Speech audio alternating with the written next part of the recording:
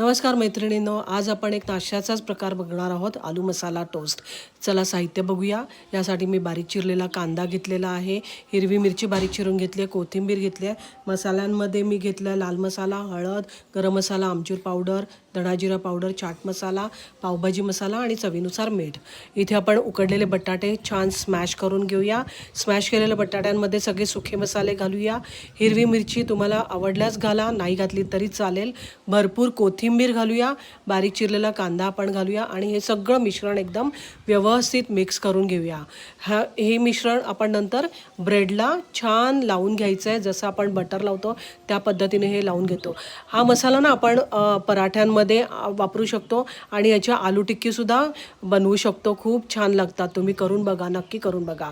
हे मसाला लावलेले toast bread जे आहेत ते आपण थोडं वरून तूप घालून ह्याला असं जी मसाला लावलेली बाजू आहे ना, ही आपण तव्यावर उलटी घालायची आहे आणि मग ती छान शेकवून घ्यायची आहे, चांगली ब्राऊन होईपर्यंत।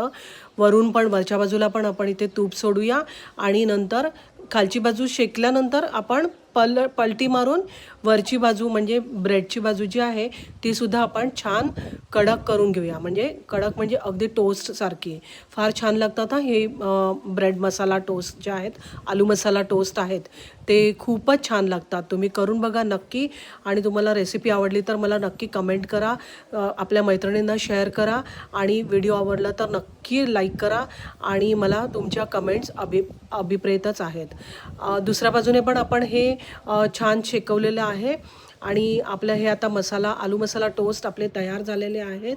चला तर मग सर्व करूया।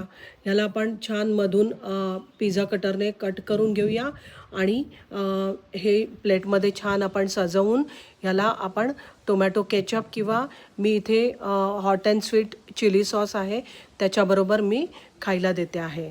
Enjoy, bye.